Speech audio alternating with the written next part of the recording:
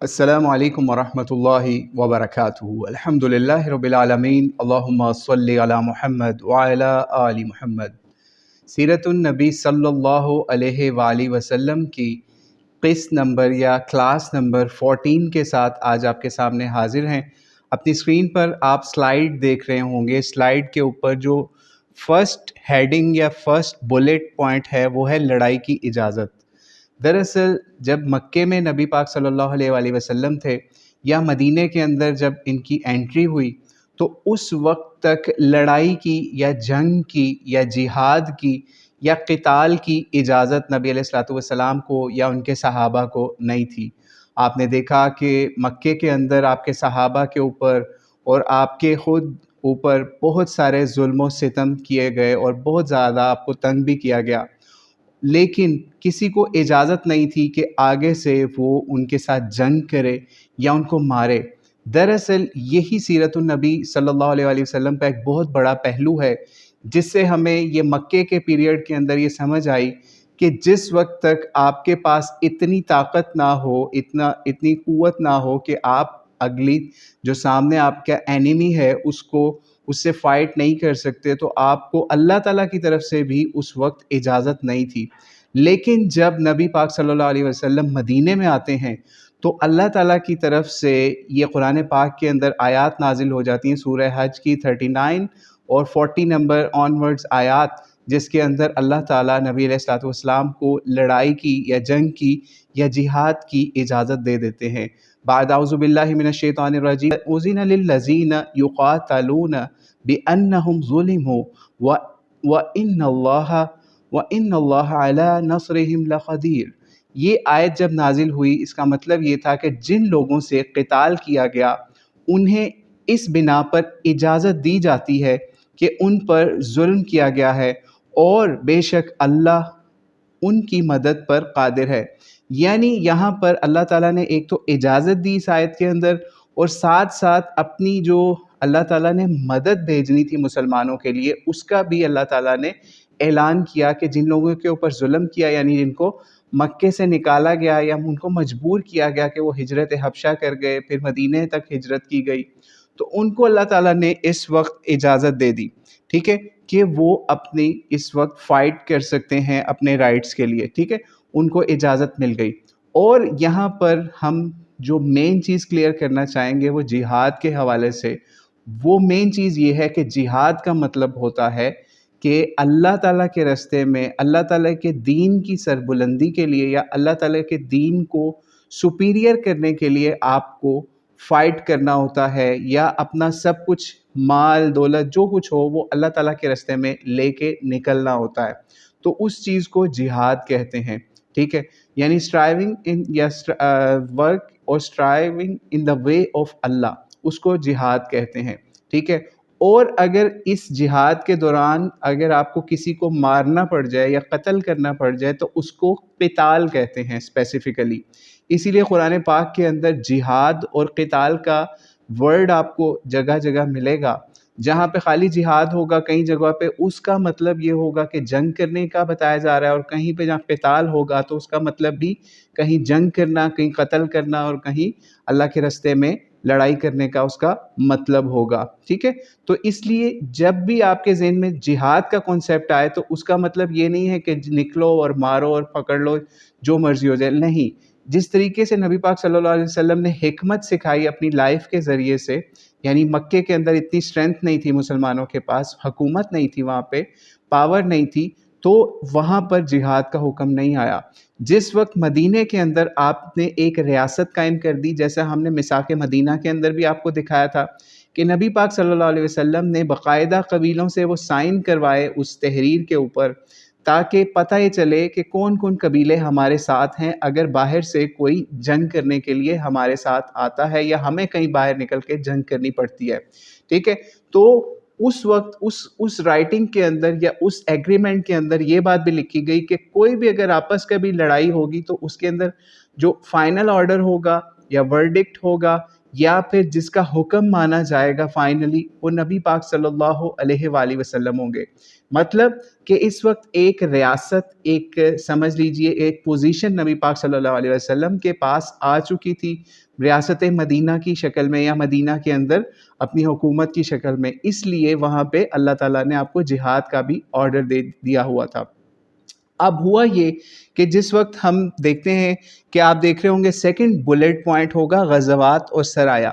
غزوات کہا جاتا ہے، غزوہ کی جمع ہے غزوات۔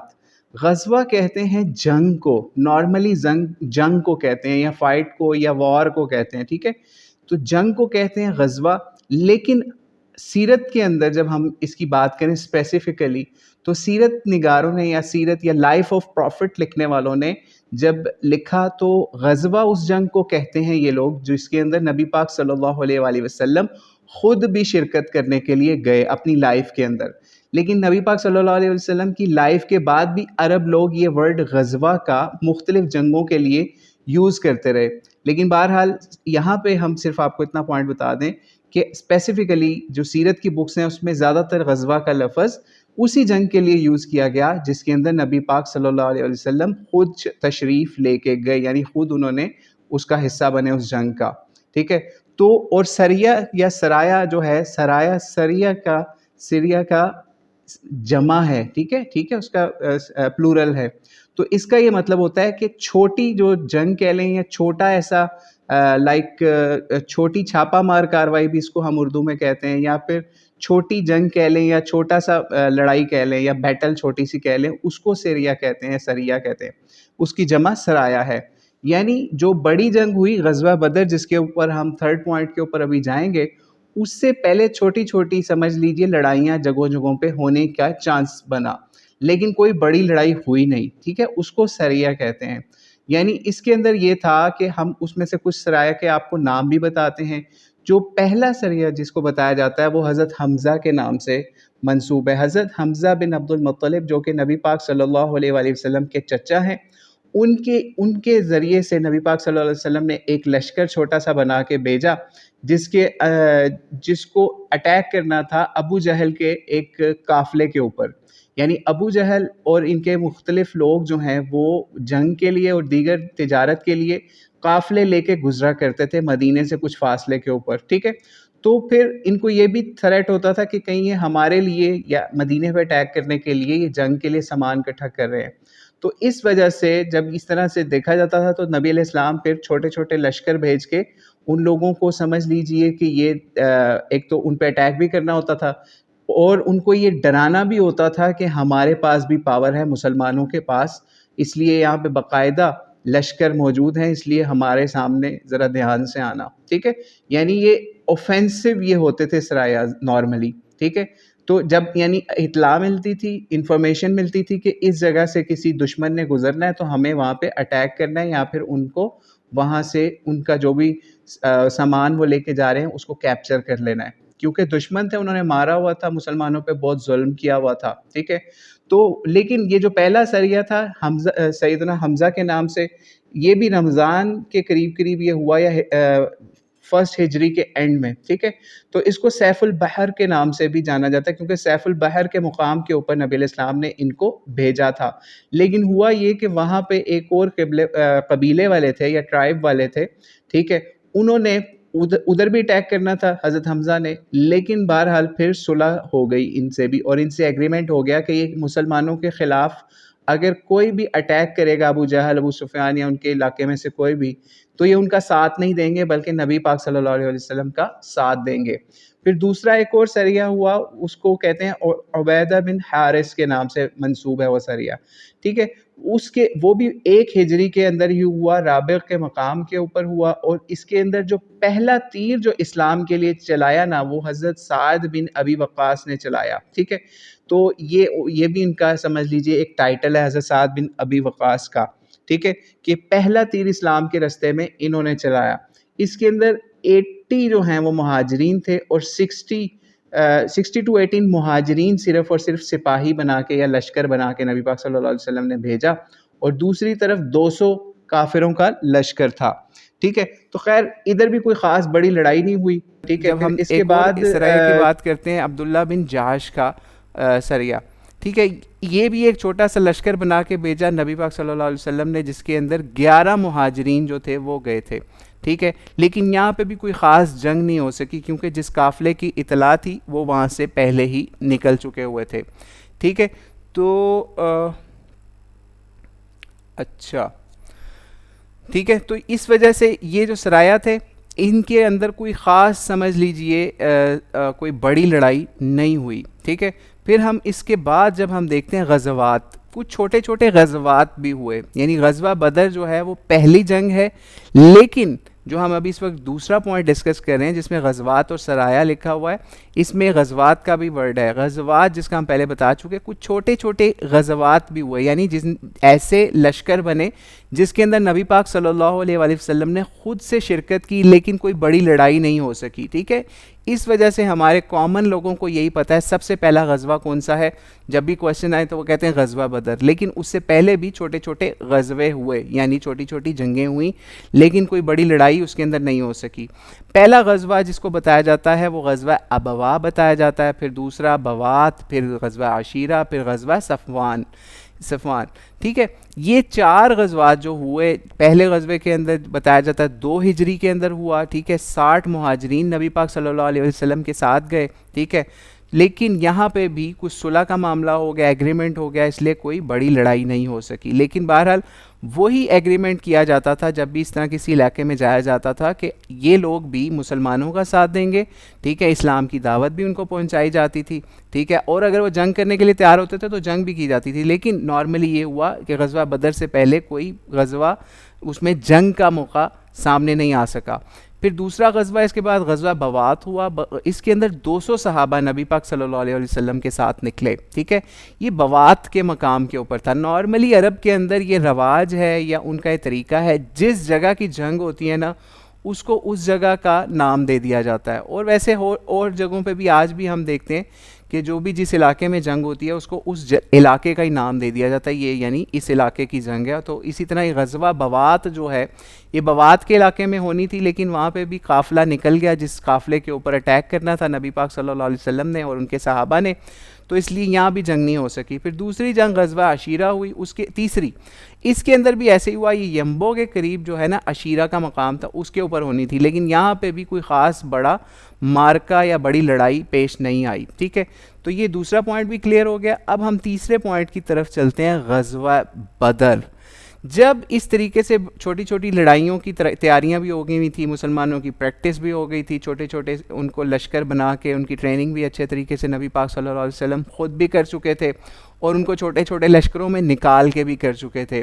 اور اس کی ایک بہت بڑی وجہ یہ بھی بنی کہ مدینے کی باہر ایک چراگاہ تھی, یعنی جہاں پہ اونٹ یا اور چیزیں مسلمانوں کی یا اور لوگوں کی پھرتی تھیں, وہاں اونٹ وغیرہ. تو مکے والوں نے اپنے کچھ بندے بھیجے اور وہاں سے وہ مال لوٹ کے فرار ہو گئے. جب اس طرح کی بھی کچھ چوریوں کی اور چھاپے مار کے مسلمانوں کو لوٹ مار کرنے کی کاروائیاں مکے والے کروا رہے تھے, تو اس کے لیے پھر جنگ کی ٹریننگ بہت ضروری تھی, اور اللہ تعالیٰ نے اسی لیے جنگ کی اجازت بھی دے دی ہوئی تھی. ہوا یہ کہ جب اس طرح کی چھوٹی چھوٹی کاروائیاں مکے والے بھی کر رہے تھے اور ادھر سے مسلمان مدینے کے لوگ بھی تیاری کر رہے تھے جنگ کی, تو ہوا یہ کہ ایک بہت بڑا لشکر ابو سفیان کے انڈر جو ہے وہ, یا ابو سفیان کا لشکر جو ہے وہ آ رہا تھا, بتایا جاتا ہے شام یا کسی علاقے سے آ رہا تھا, تو اس نے بدر کے قریب مقام سے بھی گزرنا تھا.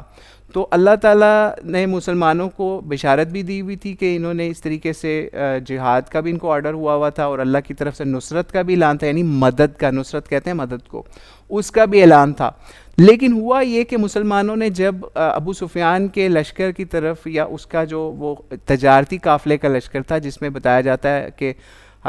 ہزاروں کے حساب سے اونٹ تھے یا 1000 کے قریب اونٹ تھا, اور بہت سارا سامان تھا جنگی بھی اور دوسرا تجارت کا سامان بھی تھا. مسلمانوں کا یہ پلان تھا کہ وہ کسی طریقے سے اس لشکر کو قابو کر لیں اور ادھر سے زیادہ سارا مال غنیمت بھی ان کو مل جائے بغیر جنگ کیے, کیونکہ اس کے ساتھ بہت زیادہ جنگ کرنے والے لوگ نہیں تھے. چند سمجھ لیجئے لوگ تھے جو کہ سمجھ لیجئے اسپیشل گارڈز ہوتے ہیں کسی لشکر کو, اس کو سمجھ لیجئے سیکیورٹی پرووائڈ کرنے کے لیے یا گارڈ کرنے کے لیے. لیکن ہوا یہ کہ ابو سفیان کو بھی خبر مل گئی کہ اس طریقے سے مسلمان تیاری کر رہے ہیں جنگ کی اور ہمارے لشکر پہ اٹیک کرنے کی. اس نے کیا کیا, اس نے بھی اپنی اسٹریٹجی یوز کی. اس نے اپنا ایک بندہ بھیجا مکے کے اندر, بڑے برے طریقے سے اس کو زخمی کر کے یا اس کے اونٹ کو زخمی کر کے, اور بھیجا کہ اپنے ہائے ہمارے ساتھ بہت برا ہو جائے گا تم, کیونکہ ادھر پورے مکے والوں کا سامان تھا اس لشکر کے اندر, ٹھیک ہے. تو ان کو ڈرایا کہ مسلمان اس پہ اٹیک کر دیں گے اور تمہارا سب کچھ لوٹا جائے گا, تم لوگ دیکھ لو, اب تمہاری مرضی ہے, مسلمانوں کے اوپر اٹیک کی تیاری کرو. ادھر ابو جہل اور دیگر جو ان کے بڑے بڑے سردار تھے ان کا بھی سامان تھا, تو انہوں نے سوچا کہ یہ موقع اچھا ہے, ادھر سے مسلمان آئیں گے ہمارے لشکر پہ اٹیک کرنے, ادھر سے ہم بڑی فوج لے کے ان کے پاس پہنچ جائیں گے اور ہم ان کے اوپر اٹیک کر کے مسلمانوں کی تباہی کر دیں گے, ٹھیک ہے. تو خیر ان کا یہ پلان تھا, لیکن اللہ کا پلان کچھ اور تھا. خیر ان لوگوں نے بھی ادھر سے تیاری کی, لیکن ہوا یہ کہ ابو سفیان کسی طریقے سے اپنا لشکر بچا کے وہاں سے نکل گیا, یعنی مسلمانوں کے پہنچنے سے پہلے. دوسری طرف مسلمانوں کے جو نبی علیہ الصلوۃ والسلام لیڈ کر رہے تھے ان کے لشکر کو بھی, اور اس دوران ان کے بھی کچھ ایک دو بندے ہاتھ میں آ گئے, ان سے بھی پتہ کیا کہ یہ کیا معاملہ ہو رہا ہے اور یعنی ان کی طرف سے کتنے لوگ تیاری کر رہے ہیں. یعنی ادھر سے ان کا بھی ایک لشکر بہت بڑا تیار تھا, نکل بھی گیا ہوا تھا, ادھر سے مسلمان بھی نکل رہے تھے, لیکن یہ نہیں پتا تھا کہ لشکر کتنا ہے جو مکے سے نکل رہا ہے اور مسلمانوں کے اوپر اٹیک کرنے کے لیے آ رہا ہے, کیونکہ ان کو بھی خبر ہو چکی تھی دونوں طرف. تو ہوا یہ پتہ یہ چلا کہ وہ جو بندے پکڑے انہوں نے کہا کہ روز کے وہ 8 سے 9 اونٹ ذبح کر کے کھا رہے ہیں, ٹھیک ہے. اور جو کافر تھے نا مکے کے, ان کا یہ بھی پلان تھا کہ اگر مسلمان آئے نہ آئے ہم لوگ جو ہے نا ایک پارٹی بھی کریں گے اور مسلمانوں کو قتل بھی کریں گے اور ہم انجوائے کرتے ہوئے, کیونکہ ان کو یہ پتہ تھا یہ بندے تھوڑے ہیں ابھی ان کے پاس, مسلمانوں کے پاس اتنی بڑی پاور نہیں ہے. یعنی آپ یہ سوچیں مسلمانوں کی پاور کا یہ حال تھا کہ ان کے پاس ان کی فوج میں چند اونٹ اور صرف 2 کے قریب گھوڑے تھے, ٹھیک ہے. اور بہت برا حال تھا, کسی کے پاس ٹوٹی ہوئی تلوار تھی, کسی کے پاس کوئی چیز تھی, اور بہت برے, اور زیادہ تر لوگ پیدل ہی تھے, ٹھیک ہے. تو یہ حال تھا. اور دوسری طرف 1000 کے قریب کا لشکر تھا جس کو ابو جہل اور ان کے بڑے بڑے سردار اس کو لیڈ کر رہے تھے, اور وہ جگہ جگہ دعوتیں اڑاتے ہوئے بدر کے مقام پر پہنچ چکے تھے, ٹھیک ہے. ادھر سے مسلمان بھی بدر کے مقام پہ پہنچ گئے. ہوا یہ کہ جب یہ بدر کے مقام پہ پہنچے تو یہاں پر بھی کچھ ایسے معجزات ہوئے کہ ہوا یہ کہ انہوں نے پہنچ کے اس جگہ پہ قبضہ کر لیا جہاں پہ پانی تھا, ٹھیک ہے. پانی والی جگہ پہ قبضہ کر لیا, اور مسلمانوں کو جو جگہ ملی وہ ریت والی زمین تھی. تو اللہ تعالیٰ نے ادھر بھی مسلمانوں پہ انعام یہ کیا کہ ان کے اوپر بارش برسائی, تو مسلمانوں کے پاس بھی ریت کے پاس گڑھوں کے اندر پانی جمع بھی ہو گیا, ان کے پاس بہت اچھی مقدار میں پانی بھی جمع ہو گیا. اور اس کے ساتھ ساتھ مسلمانوں کے اوپر ایک بہت اللہ کا انعام سمجھ لیجئے, ان کو ایک خوشی مل گئی کہ ہم تو سوچ رہے تھے ہمارا بہت برا حال ہوگا, لیکن اللہ تعالیٰ نے ایک اسپیشل ہمارے پہ پروٹیکشن کے طور پہ پانی یا بارش بھی نازل فرما دی. دوسری طرف وہ جو تھے کفار, ادھر پکی زمین تھی اور یعنی مٹی والی, تو وہاں پہ کیچڑ اور ان کے لیے برا حال ہو گیا اس کی وجہ سے. یہ پہلی ایک سمجھ لیجئے ان کے لیے, ان کو نظر یہ آ گیا کہ یہ اب ہمارے لیے تو مشکل کے حالات پیدا ہو رہے ہیں. لیکن بہرحال نبی علیہ السلام نے پھر اس کے بعد جب لشکر کا معائنہ بھی کیا, 1000 کا لشکر تھا, اور ادھر مسلمان جو ہیں ان کا لشکر آلموسٹ 300 پلس تھا, 313 بھی بتائے جاتے ہیں, ٹھیک ہے جی. تو مسلمانوں کا صرف 313 یا 300 پلس کا لشکر تھا, ٹھیک ہے. اور اس کے اندر جب ہم دیکھتے ہیں تو یہ سمجھ لیجئے 86 جو ہیں وہ مہاجر تھے اور 230 جو ہیں وہ انصار تھے. یعنی آپ یہ دیکھیے کہ انصار جو ہیں وہ ان کی تعداد مسلمان جو مہاجر تھے ان سے بھی زیادہ تھی بدر کے اندر, ٹھیک ہے. یعنی 230 انصار اور دوسری طرف 86 مہاجرین جو کہ مکے سے ہجرت کر کے گئے تھے. تو اس سے بھی پتہ چلتا ہے کہ مدینے کے لوگ جو ہیں انہوں نے کس طریقے سے اسلام بھی قبول کیا, اور اللہ تعالیٰ کے نبی نے جب جنگ کے لیے اعلان کیا تو کس طریقے سے وہ آگے بڑھے. اور جب یہ جنگ کا اعلان ہوا تو کیونکہ ایسا معاملہ تھا کہ بہت سارے منافق بھی اب مسلمانوں کے ساتھ ملنے کی کوشش کر رہے تھے, تو اس وقت ایک عجیب سی کنڈیشن تھی کہ لڑیں یا نہ لڑیں, جائیں یا نہ جائیں. تو اس وقت انصار نے تقریریں کی وہاں پہ, ٹھیک ہے, اسپیچز دی وہاں مختلف سرداروں نے انصار کے, اور انہوں نے کہا کہ ہم جو حضرت موسیٰ علیہ السلام کی قوم ہے نا ان کی طرح یا حضرت عیسیٰ علیہ السلام کے حواریوں کی طرح اس طریقے سے نہیں ہم کریں گے کہ ہم کہیں ہم بیٹھے ہیں اور آپ جاؤ اور آپ کا خدا لڑے، جس طرح حضرت موسیٰ کے حواریوں نے بھی، بنی اسرائیل والوں نے کہا تھا ان کو، ٹھیک ہے، ہم آپ کے ساتھ لڑیں گے اور آپ اگر ہمیں کہیں گے نا آپ پانی کے اندر یا جو ہوتا ہے سمندر کے اندر بھی چھلانگ لگا دو تو ہم آپ کے اس کہنے پہ وہاں بھی چھلانگ لگا دیں گے اور ہم ہر جگہ آپ کے ساتھ ہوں گے، ٹھیک ہے۔ اور یہی ہوا کہ جس وقت جنگ کا آغاز ہوا، تو ابھی ہم اس سے بھی آپ کو اس چیز کو لنک کریں گے، اس کو یہاں پہ تھوڑا شارٹ کرتے ہیں۔ پھر جب جنگ کا آغاز ہونے لگا تو نبی علیہ الصلوۃ والسلام نے جنگ کے لیے صفیں سیدھی کی، ٹھیک ہے، صفیں سیدھی کی، صفیں مہاجروں کی، انصار کی، سب کی صفیں سیدھی کی، اور 3 بندے سلیکٹ کیے کہ یہ لوگ سب سے پہلے آگے نکل کے مبارزت کریں گے۔ مبارزت یہ ہوتا ہے کہ یہ عرب کا رواج تھا کہ جنگ جو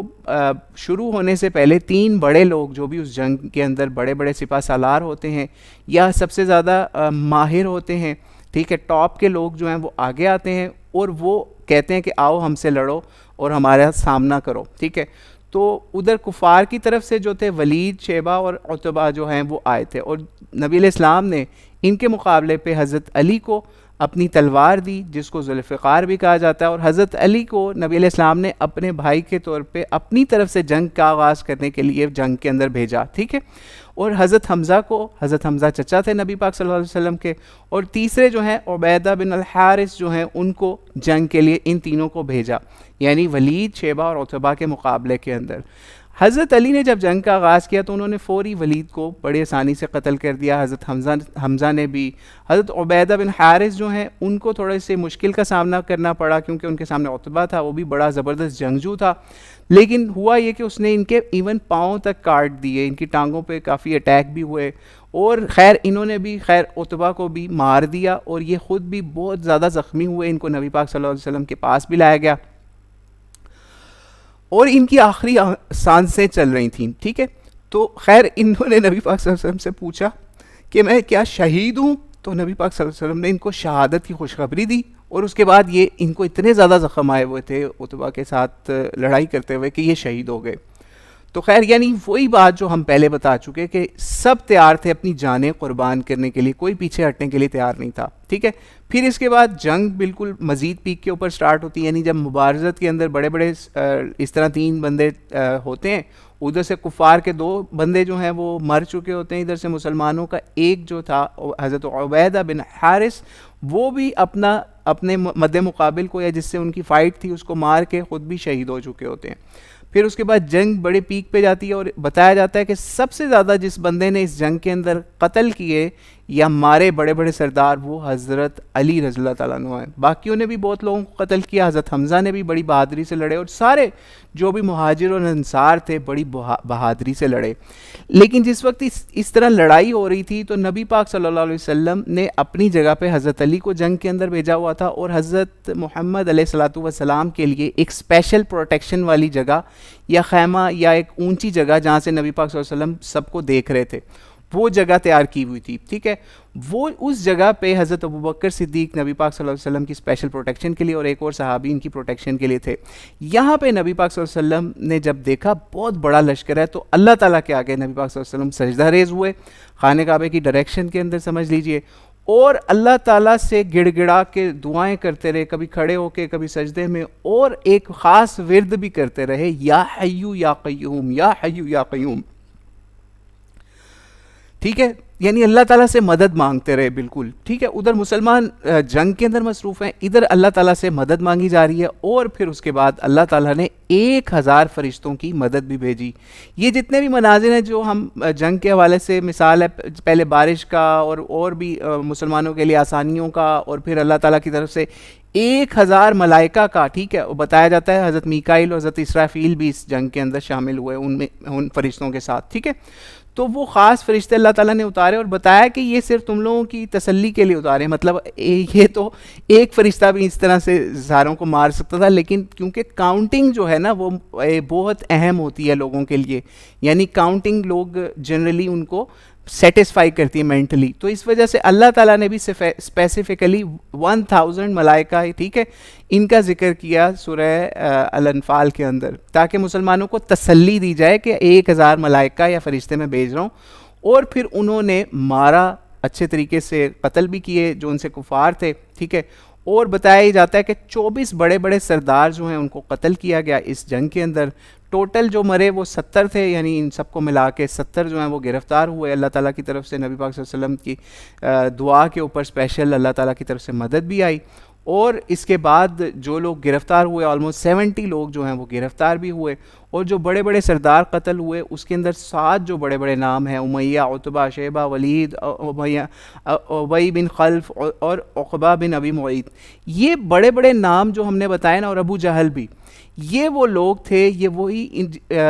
حدیث کے اندر یہ بھی آتا ہے کہ جس وقت یہ وہی 7 لوگ تھے جن کے ابھی ہم نے نام آپ کو گنوائے، کہ جس وقت نبی علیہ السلام خانہ کعبہ کے قریب نماز پڑھ رہے تھے مکے کے دور کے اندر، تو انہوں نے آپ کے اوپر اوجڑی ڈال دی تھی. ٹھیک ہے، آپ کو پتہ ہے جو بکرے کا ویسٹ ہوتا ہے، ٹھیک ہے، اس کو نبی علیہ السلام کے اوپر ڈال دیا تھا اوجڑی خون اور غلاظت سے، یا پھر جو بھی ویسٹ تھا اس سے بڑی ہوئی بھری ہوئی، اور بڑا انہوں نے مذاق اڑایا تھا. تو اس وقت بی بی فاطمہ نے، یعنی نبی علیہ السلام کی جو بیٹی تھی، انہوں نے بھی ان کو بہت برا بھلا کہا تھا، اور نبی پاک صلی اللہ علیہ وسلم نے بھی ان کے لیے بد دعا کی تھی. آپ کو یاد ہوگا ہم شروع کی ایپیسوڈز کے اندر یا کلاسز کے اندر وہ بد دعا بھی بتا چکے ہیں، اللہم علیک بقریش، اس طرح کر کے نبی علیہ السلام نے بد دعا کی تھی. تو وہ سارے 7 کے 7 بڑے بڑے سردار جو نبی علیہ السلام کا مذاق اڑا رہے تھے، وہ بدر کے کنویں کے اندر پھر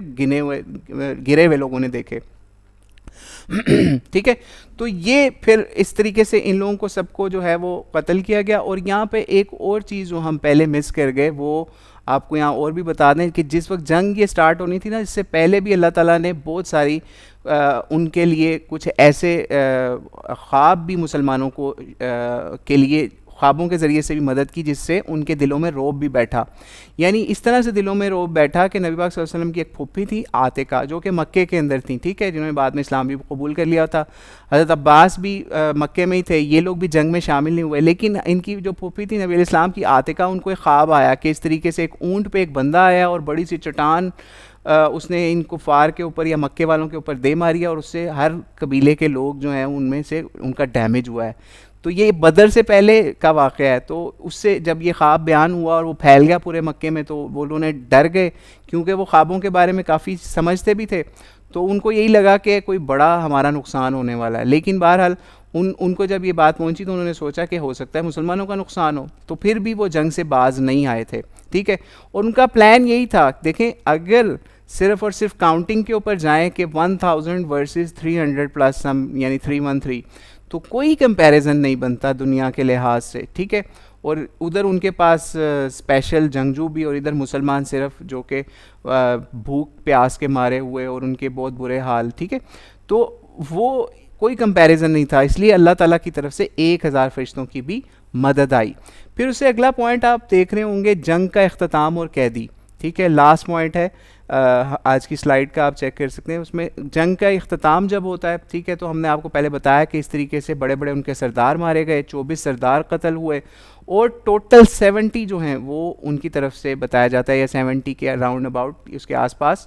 لوگ ان کے کفار کے مارے گئے. اور اسی طریقے سے اگر ہم مسلمانوں کی بات کریں تو مسلمانوں کے 14 جو ہیں وہ شہید ہوئے، جس کے اندر سے 6 مہاجرین تھے اور باقی انصار تھے، جن میں سے 2 کا تعلق اوس سے تھا، 6 کا تعلق خزرج سے تھا، خزرج سے. ٹھیک ہے، تو یہ کمپیریزن تھا، یعنی بہت ہیوی ان کو نقصان ہوا تھا، اور بڑے بڑے ان کے سردار بھی قتل ہوئے. تو جب یہ قتل ہوئے تو ان کی جو یہ مسلمانوں میں سے جس وقت قتل ہوئے یہ بندے سارے، ان کے مسلمانوں کے بھی ہوئے اور ادھر سے ان کے بھی ہوئے. لیکن یہاں پہ جو ابو جہل ہے اس کا سر جو ہے وہ اسپیشلی کاٹا گیا. ٹھیک ہے، ابو جہل کا جب سر کاٹا گیا نا، تو وہ نبی علیہ السلام کے پاس بھی لایا گیا، اور اس وقت نبی علیہ السلام نے بڑا خوشی کا بھی اظہار کیا. اور پھر نبی علیہ السلام نے اس کے بارے میں پوچھا بھی. اس نے مرنے سے پہلے ایک پیغام بھی نبی پاک صلی اللہ علیہ وسلم کے لیے چھوڑا تھا. ٹھیک ہے، جس کو صحابی رسول غالباً عبداللہ بن مسعود تھے، آئی تھنک، انہوں نے اس کا سر کاٹا تھا، یا ایک اور صحابی نے. تو ہوا یہ کیونکہ یہ اگر ہم ڈیٹیل میں جائیں گے کہ کس نے، جیسے معوذ اور معاذ کا بھی قصہ ہے کہ انہوں نے بھی ابو جہل کو قتل کیا، اور اس طرح کے اور بہت سارے بندوں کے اندر نام آتے ہیں جن کو، جیسے امیہ بن خلف کو حضرت بلال نے قتل کیا، کیونکہ یہ وہی بندہ تھا جو حضرت بلال کے اوپر بہت ظلم بھی کیا کرتا تھا. اس کو حضرت عبد الرحمن بن عوف نے قتل سے بچانے کی بھی کوشش کی، لیکن انہوں نے پھر بھی اس کو قتل کر دیا. تو بڑا اسلام کا وہ بھی دشمن تھا. اگر ہم اس طرح کے چھوٹے چھوٹے جنگ کے اندر کے واقعات کی بات کریں تو وہ بہت لمبا ہو جائے گا، بلکہ ہم آپ کو سجیسٹ کریں گے ہماری ایک اور ویڈیو ہے، اگر جب ہم یہ ویڈیو اپلوڈ کریں گے تو اس میں اس کا انشاءاللہ لنک بھی آپ کو پرووائڈ کر دیں گے، جس کے ہم نے غزوہ بدر کے اوپر سارا ڈیٹیلڈ اس کے اوپر ایک لیکچر ریکارڈ کروایا ہوا ہے، تو وہ آپ ضرور دیکھیے گا۔ تو خیر جنگ کا جب اینڈ ہوا تو یہ اس کا سر بھی نبی علیہ السلام کے پاس ابو جہل کا بھی لایا گیا، اور اس کا بھی پوچھا گیا کہ اس کا کیا معاملہ بنا، اس کا بتایا گیا اس نے فلاں نے قتل کیا، 2 لڑکے تھے انہوں نے قتل کیا، اور سر جو ہے وہ اس وقت کاٹا گیا جب اس کے آخری سانس تھے۔ تو یہ ایسا بندہ تھا، کہتا میرا جو ہے سر نیچے سے کر کے کاٹنا تاکہ وہ صحیح بڑا سا لگے، یعنی وہی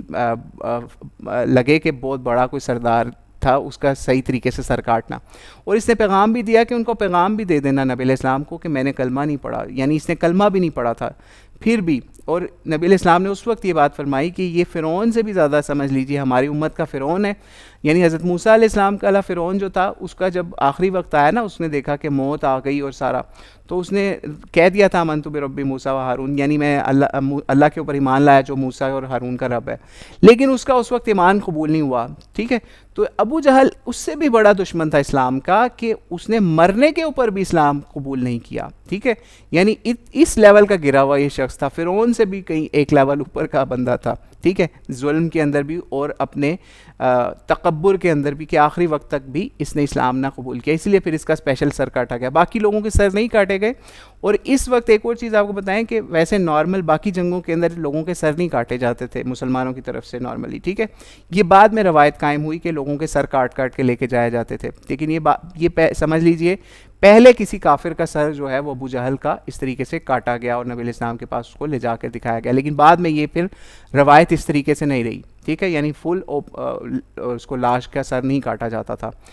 ٹھیک ہے۔ تو یہ غزوہ بدر کے حوالے سے ہم نے کچھ بات کی، اور جو قیدیوں کا معاملہ ہوا، جو ہم نے آپ کو بتایا کہ 70 لوگ گرفتار بھی ہوئے، 70 قیدی جب گرفتار ہوئے تو اللہ تعالیٰ کی طرف سے مسلمانوں کے لیے ایک سمجھ لیجئے یہاں پہ بھی آزمائش والا معاملہ یہ پیش آیا کہ مسلمانوں کو آپشن دی گئی کہ کیا تو آپ ان کو مارنا چاہتے ہیں تو مارنے کا بھی آپ کی مرضی ہے، یا ان سے فدیہ لے کے، فدیہ ہوتا ہے رینزم یا پھر بلڈ، ان کے چھوٹنے کے پیسے لے لیں ان سے، ٹھیک ہے، یعنی وہ اگر کوئی امیر لوگ ہیں تو اپنا پیسہ دے دیں تو ان کو چھوڑ دیا جائے گا۔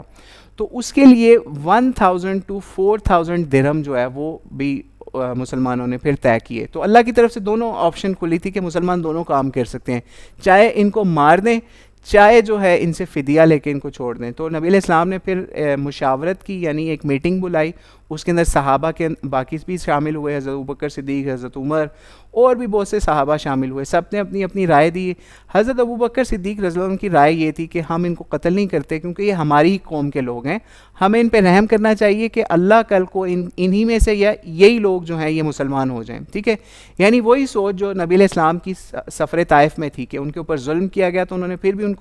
ان کے لیے اس وقت وہاں پہ پورے قبیلے والوں کے لیے بد دعا نہیں کی کہ اللہ ہو سکتا ہے، اللہ سے دعا کی کہ ان کی نسلوں کے اندر سے مسلمان پیدا کر۔ تو یہی سمجھ لیجئے ایک بیک پہ اینڈ پہ وہی تربیت تھی نبی علیہ السلام والی بھی، جو حضرت ابوبکر صدیق نے اس وقت یہ مشورہ دیا، اور بھی صحابہ نے مشورہ دیا کہ ہم ان سے جو ہے فدیہ لے کے ان کو چھوڑ دیتے ہیں،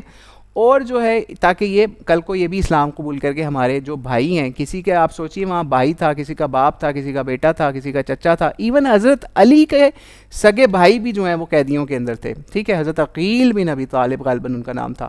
تو وہ بھی ان میں تھے۔ تو خیر جب حضرت عمر کی باری آئی مشورہ دینے کی تو انہوں نے کہا اے اللہ کے نبی آپ ان سب کو مار دیں یا ان کی گردنیں اڑوا دیں، ٹھیک ہے، اور جو جس کا رشتہ دار ہے نا اس کو اس کا رشتہ دار دیں تاکہ ہم اس کی اپنے رشتہ داروں کی گردن کاٹیں، اور تاکہ ہمارا رشتہ جو ہے اصل تو اسلام سے، ٹھیک ہے، یہ تو ہمارے خونی رشتہ دار تو کوئی رشتہ نہیں ہے، اصل رشتہ اسلام والا ہے۔ انہوں نے سجیشن دی حضرت عمر نے، خیر اور لوگوں نے بھی سجیشنز دیں، لیکن بعد میں کنسنسس کے ساتھ نبی علیہ السلام نے یہ فیصلہ کیا کہ ہم جو ہے ان سے فدیہ لیں گے، یعنی 1000 to 4000 کا فدیہ طے ہوا، اور اگر کسی کے پاس فدیہ نہیں ہے، پیسے نہیں ہے، کم ہے، وہ 4000 کی بجائے 4000 کی بجائے 1000 دے دے یا اس سے بھی کم دے دے، اور کچھ لوگوں کو بغیر فدیہ لے کے بھی چھوڑنے کا بھی آرڈر آیا جو بہت زیادہ غریب تھے، جو ویسے ہی آ گئے تھے جنگ میں ان کے ساتھ، ٹھیک ہے، ان کو اس طرح سے بھی چھوڑنے کا آرڈر ہوا۔ لیکن جو لوگ ان میں پڑھے لکھے بھی تھے، کچھ لوگ ان میں پڑھے لکھے بھی تھے، ان کے لیے یہ تھا، اور ان کے پاس اگر پیسہ نہیں ہے، ٹھیک ہے، اب مکے اور مدینے والوں کو پتہ ہوتا تھا کہ ان کے علاقوں کے اندر پڑھے لکھے کون ہیں، ٹھیک ہے، تو ان کے لیے تھا کہ وہ 10 لوگوں کو یا 10 بچوں کو، مدینے والوں کے 10 بچوں کو پڑھائیں، ان کو یعنی لکھنا سکھائیں. ٹھیک ہے, یعنی اس زمانے کے اندر لکھنا پڑھنا بھی ایک بہت بڑی سمجھ لیجیے نعمت ہوتا تھا. ہر کسی کو لکھنا پڑھنا نہیں آتا تھا, تو وہ 10 بچوں کو پڑھا دے تو ہم جو ہے وہ ان کے اوپر کوئی فدیہ, اس کا فدیہ لیے بغیر بھی وہ چھوٹ سکتے ہیں. خیر اس چیز کو قبول کر لیا گیا مسلمانوں کی طرف سے, یعنی کنسنسس کے ساتھ نبی علیہ السلام نے اس کا فیصلہ کیا, اور پھر اس کے بعد اس کا بہت اچھا اثر ہوا. اور پھر جو وہ قیدی لے کے گئے, ان قیدیوں کی بھی کچھ سٹوریز جو ہیں وہ سیرت کی کتابوں میں کچھ مل جاتی ہیں, جس کے اندر قیدیوں نے بعد میں جب اسلام قبول کیا اس مسلمانوں کے متاثر ہو کے, تو وہ اس کے اندر ایسے ایسے قیدی بھی تھے جو کہتے تھے کہ نبی علیہ السلام نے کیونکہ آرڈر کیا تھا جس کو قیدی دیا کہ اس کو اپنے گھر لے جائیں, اپنے گھروں میں, ٹھیک ہے, ان سے کام کروائیں, اور اگر کوئی فدیہ نہیں دے سکتا تو ان سے کام بھی کروائیں, ان کو کھانا بھی کھلائیں, اور ان کو جو ایک کلاس کیٹیگری کا خود کھانا کھاتے ہیں وہی ان کو کھلائیں. تو کئی قیدی ایسے بھی تھے جو بعد میں اسلام لانے کے بعد بتاتے ہیں, ٹھیک ہے, وہ یہ کیا بتاتے تھے کہ جو ہمارا جو تھا نا ماسٹر, جس کو نبی علیہ السلام نے ہمیں اس کی قید میں دیا, تو وہ خود کئی دفعہ ان کے پاس کھانے کو کچھ نہیں ہوتا تھا, تو جو بھی روٹی یا جو چیز بنتی تھی ان کے گھر میں وہ ہمیں دے دیتے تھے, ہم کھاتے تو وہ بیچارے بھوکے رہتے یا چند کھجوروں پہ گزارا کر لیتے. اس سے بھی یہ چیز پتہ چلی کہ نبی علیہ السلام کا وہ جو فیصلہ تھا بڑا حکمت بھرا تھا. اس طریقے سے ان قیدیوں میں سے بھی بعد میں بہت سے لوگوں نے اسلام بھی قبول کیا, اور بعد میں وہ بھی صحابہ کے اندر شامل ہو گئے. تو یہ بھی ایک بہت بڑی حکمت تھی, اور یہ بھی مسلمانوں کی جو سب سے بڑی پہلی جنگ تھی باقاعدہ. اس سے پہلے تو چھوٹے چھوٹے جو واقعات ہوئے وہ تو ہم پہلے بتا چکے, لیکن اس سے یہ بھی پتہ چلا کہ مسلمان جو ہیں وہ کفار سے یا نان مسلم سے اس لیے نہیں لڑتے کہ صرف ان کو قتل کر کے دنیا سے ختم کرنا ہے, نہیں. اصل چیز یہ ہوتی ہے ان سے اخلاق کے ساتھ ان کو دعوت دی جائے, اسلام کی دعوت دی جائے. پھر بھی اگر وہ مسلمان نہیں ہوتے تو کوئی بات نہیں, وہ جزیہ دے کے ہمارے ساتھ رہیں, کوئی مسئلہ ہی نہیں ایسا, ٹھیک ہے. تو یہ اسی رول کے اوپر نبی علیہ السلام نے یہ کام کیا. اور آپ کو پتہ ہے کہ یہ جو قیدی ہیں ان کے بھی بہت سارے حقوق نبی علیہ السلام نے آ کے دیے, نہیں تو نارملی یہ ہوتا تھا کہ قیدیوں کے یا پھر جو غلام لوگ ہوتے تھے ان کے کوئی حقوق نہیں ہوتے تھے. جو ان کا ماسٹر ہوتا تھا وہی ان کا لا ہوتا تھا, وہی ان کا رولر ہوتا تھا, جس طریقے سے مرضی اس کو استعمال کرتا تھا. تو یہ آج ہم نے غزوہ بدر کے اوپر بات کر لی. امید ہے آپ کو اس سے کچھ سمجھ بھی آئی ہوگی, اور ہم اس چیز پہ ختم کرتے ہیں کہ نبی علیہ السلام جو ہے ان کا نام رحمت للعالمین ہے, یعنی تمام جہانوں کے لیے رحمت. تو اکثر لوگ یہ سوال کرتے ہیں پھر جہاد کیوں, پھر قتال کیوں, اگر آپ نبی رحمت ہیں؟ تو اس کا جواب اگر آپ کو چاہیے تو علماء نے اس کا جواب بہت زبردست دیا, اور وہ ریئلسٹک جواب ہے. آپ ہاسپٹلز میں جائیں تو آپ کو بہت سارے وہاں مریض ایسے نظر آئیں گے جس کے کوئی ایسا پرابلم ہوگا ہاتھ میں, پاؤں میں, یا کسی جسم کے ایسے حصے کے اندر کہ اگر اس کو کاٹا نہ جائے یا اس کا ٹریٹمنٹ نہ کیا جائے, ٹھیک ہے, پہلا ٹریٹمنٹ ہے اسے میڈیسن سے کرتے ہیں, اگر وہ بھی نہ ہو تو پھر اس کے بعد اس پارٹ کو کاٹ دیا جاتا ہے. اس پارٹ کو کاٹنے کا مطلب یہ ہوتا ہے کہ اگر ہم نے اس کو پارٹ کو نہیں کاٹا تو یہ باقی جسم کو بھی تباہ کر دے گا یا اس کو بھی خراب کر دے گا, ٹھیک ہے. لیکن کچھ پارٹ ایسے ہوتے ہیں ان کو میڈیسن سے بچا لیا جاتا ہے. تو یہی ٹریٹمنٹ جو ہے سمجھ لیجئے جہاد کا بھی ہے, کہ پہلے دعوت دی جاتی ہے, پھر اس کے بعد اگر ایسا لیول آ جائے کہ اگلا بندہ نہ مان رہا ہو یا آپ کو مارنے کے لیے کوششیں کر رہا ہو, جیسے کفار مکہ نے کیا کہ مسلمانوں کو مارنے پہ تلے ہوئے تھے, بہت ظلم بھی کیے, تو پھر اللہ تعالیٰ نے سمجھ لیجئے 13, 14, 15 ایئرس کے بعد جا کے مسلمانوں کو جہاد کا حکم دیا. یعنی اتنا عرصہ صرف اور صرف ان کو دعوت اور آبزرویشن اور خود برداشت کرتے رہے تکلیفیں, اور بہت سارے مسلمان اس میں جان سے بھی ہاتھ دھو بیٹھے, یعنی وہ شہید ہو گئے پہلے ہی, یعنی جہاد کے حکم سے پہلے ہی کتنے مسلمان شہید ہو گئے کافروں کے ظلم سے. تو یہ حکمت ہوتی ہے اصل میں جہاد کی. اسی طرح آپ پولیس اسٹیشنز میں جائیں اور عدالتوں میں جائیں تو وہاں پہ بھی آپ کو ایسے کیسز ملیں گے, اگر کسی نے کچھ کیا ہوا غلط تو اس کو اس پہ سزا دی جا رہی ہے. تو یہی ٹریٹمنٹ سمجھ لیجئے جہاد اور قتال کا ہے. تو اللہ تعالیٰ سے دعا ہے کہ اللہ تعالیٰ ہمیں جو حکمتیں ہیں سیرت النبی صلی اللہ علیہ وسلم کی وہ سمجھنے کی توفیق عطا فرمائے. آج ہم نے جہاد کی حکمتیں اور نبی علیہ السلام کی اس کے اندر جو بھی انہوں نے اسٹریٹجیز یوز کی فائٹ کے لیے, ان کی ٹریننگز کے لیے, وہ آج ہم نے سیکھی کہ کس طریقے سے ہم اگر ہمیں کوئی حکومت ملے کل کو مسلمانوں کو ایسی اسلام کے نام کے اوپر, تو اس کے اوپر آپ کر سکتے ہیں جہاد یا قتال, ٹھیک ہے. یعنی آپ یہ نہیں کر سکتے آج آپ اکیلے اٹھیں اور آپ جائیں اور کسی علاقے کے اندر جا کے لڑنا شروع کر دیں, نہیں, ایسے نہیں ہو سکتا. جب تک آپ کے پاس پراپر لیڈرشپ نہ ہو، پاور نہ ہو، حکومت نہ ہو، بیس نہ ہو جیسے نبی علیہ السلام نے مدینہ کے اندر بنائی، تو آپ کو بھی جہاد کی اجازت آج بھی نہیں ہے. ٹھیک ہے، تو اس کے لیے بہت پراپر جو علماء نے، فقہا نے طریقے بیان کیے ہیں ان کو فالو کرنے کی ضرورت ہے. واللہ اعلم بالصواب. السلام علیکم ورحمۃ اللہ وبرکاتہ.